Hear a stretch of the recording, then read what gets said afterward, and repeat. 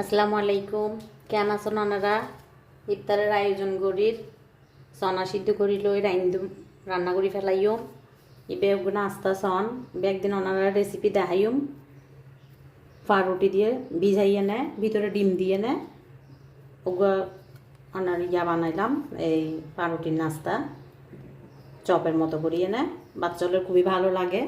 পাউরুটির আর আলুর চপ বানাইলাম। আলুর চপ তো ওনারা হয়ে এনেও বেসন দিয়ে না বানাই, বিস্কিটের মধ্যে গড়াই ফেলি। তারপরে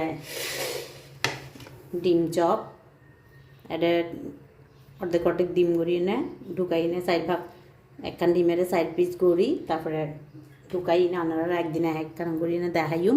আজি গড়ি ফেললি তাড়াহুড়ার মধ্যে মাইয়া এসে ফোয়া এসে ডাহাতুন ইতালে তাড়াতাড়ি গড়িয়ে নে, নইলে ইফতার এখনও এডে গরিবের হতানো আত্ম ইফতার একলা মানুষ নিচে ভাইয়ের বাসাত গরিবের হতা। এখন ফোয়া মাইয়া এসে ফোয়া মাইয়ালাই বলি না তাড়াতাড়ি করি নি ইফতারির আয়োজন। ফোয়া এসে বেন না ডাহাতুন, মাইয়াও এসে বাই এসে দিতালাই বাইরে সাইবেলাই তাড়াতাড়ি করি নি ইফতার রেডি করির। সনরা বেকুনে কি ইফতার বানায় ফোয়া চাল্লাই ফোয়া মাইয়ার লাই। ডিম ফিডি নিলাম, ডিমের মধ্যে চপ দিদি, আলুর চপ দিদি,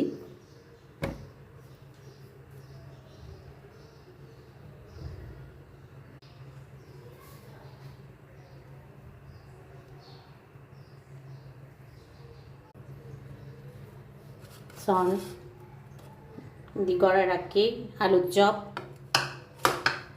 ইন্দি অনার পাউরুটির চপ, ইন্দি ডিম চপ ব্যাগ রেডি করে রাখি। আসলে আজান দিয়ে নামাজ পড়িয়ে না তারপরে ভাজা পোড়া করছম। ডাইল মসুরির ডাইল ওনারা দেখাইলাম, আদা ভাঙ্গা করে রাখিলাম, শুকনো পানি দিয়ে ভিজাই রাখলাম সকালে।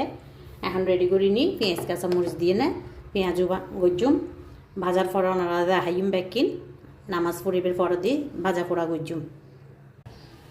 সন আর ব্যাগ ইফতার রেডি, ব্যাগ ভাজা পোড়া ব্যাগকিন করে ফেললি,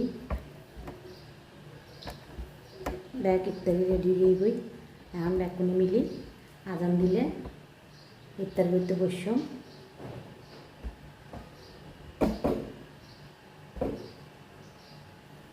পেঁয়াজু দইয়ের শরবত লাচ্ছি বানাইলাম,